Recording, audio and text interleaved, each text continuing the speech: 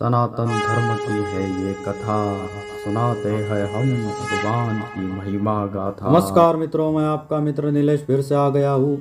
आज मैं एक और नई कथा लेकर आया हूँ भगवान की महिमा गाथा चैनल पर। शिव पुराण से कोटि रुद्र संहिता से यह कथा ली गई है, नंदिकेश महादेव की कथा। तो प्रारंभ करते हैं यह कथा। इस कथा के प्रसंग में ऋषियों ने सूत जी से पूछा, महामति सूत जी, वैशाख शुक्ला सप्तमी के दिन गंगा जी नर्मदा में कैसी आई, इसका विशेष रूप से वर्णन कीजिए। वहाँ महादेव जी का नाम नंदिकेश्वर कैसे हुआ, इस बात को भी प्रसन्नता पूर्वक बताइए। सूत जी ने कहा, महर्षियों, एक ब्राह्मणी थी जिसका नाम ऋषिका था।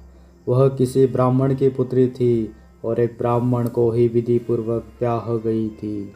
विप्रवरो, यद्यपि वह द्विज पत्नी उत्तम व्रत का पालन करने वाली थी, तथापि अपने पूर्व जन्म के किसी अशुभ कर्म के प्रभाव से बाल वैधव्य को प्राप्त हो गई।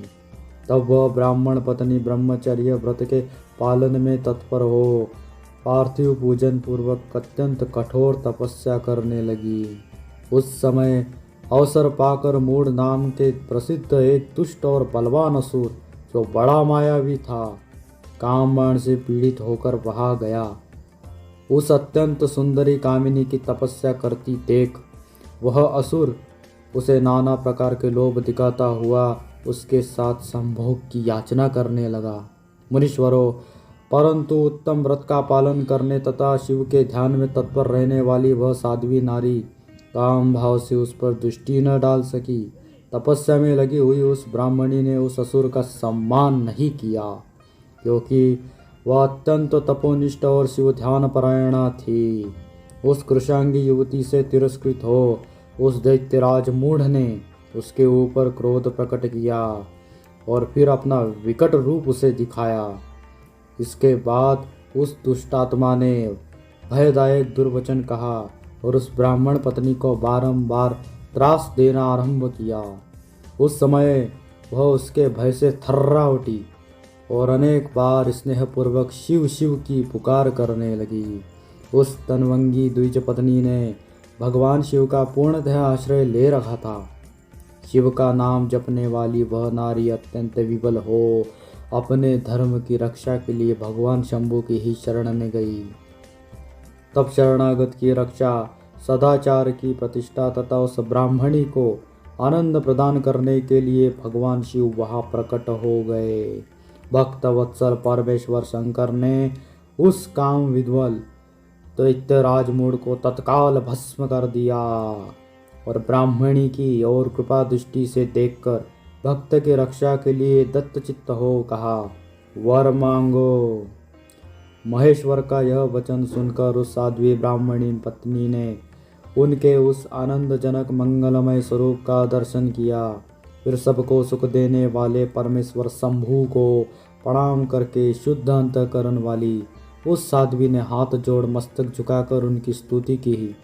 ऋषिका बोली, देव देवेश्वर महादेव, शरणागत वत्सल, आप दीन बंधु है, भक्तों की सदा रक्षा करने वाले ईश्वर है। आपने मूढ़ नामक असुर से मेरे धर्म की रक्षा की है, क्योंकि आपके द्वारा यह दुष्ट असुर मारा गया। ऐसा करके आपने संपूर्ण जगत की रक्षा की है। अब आप मुझे अपने चरणों की परम उत्तम एवं अनन्य भक्ति प्रदान कीजिए। नाथ, यही मेरे लिए वर है, इससे अधिक और क्या हो सकता है। प्रभो महेश्वर, मेरी दूसरी प्रार्थना भी सुनिए। आप लोगों के उपकार के लिए यहाँ सदा स्थित रहिए।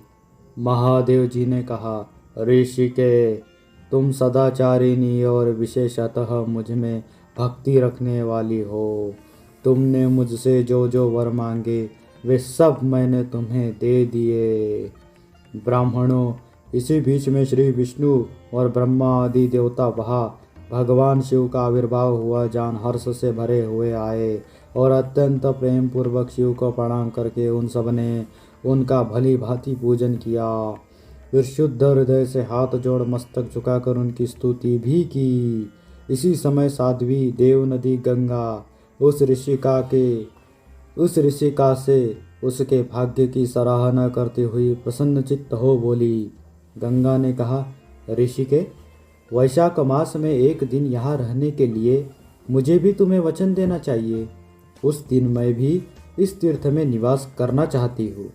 सूत जी कहते हैं, महर्षियों, गंगा जी की यह बात सुनकर उत्तम व्रत का पालन करने वाली सती साध्वी ऋषिका ने लोकहित के लिए प्रसन्नतापूर्वक कहा, बहुत अच्छा, ऐसा हो।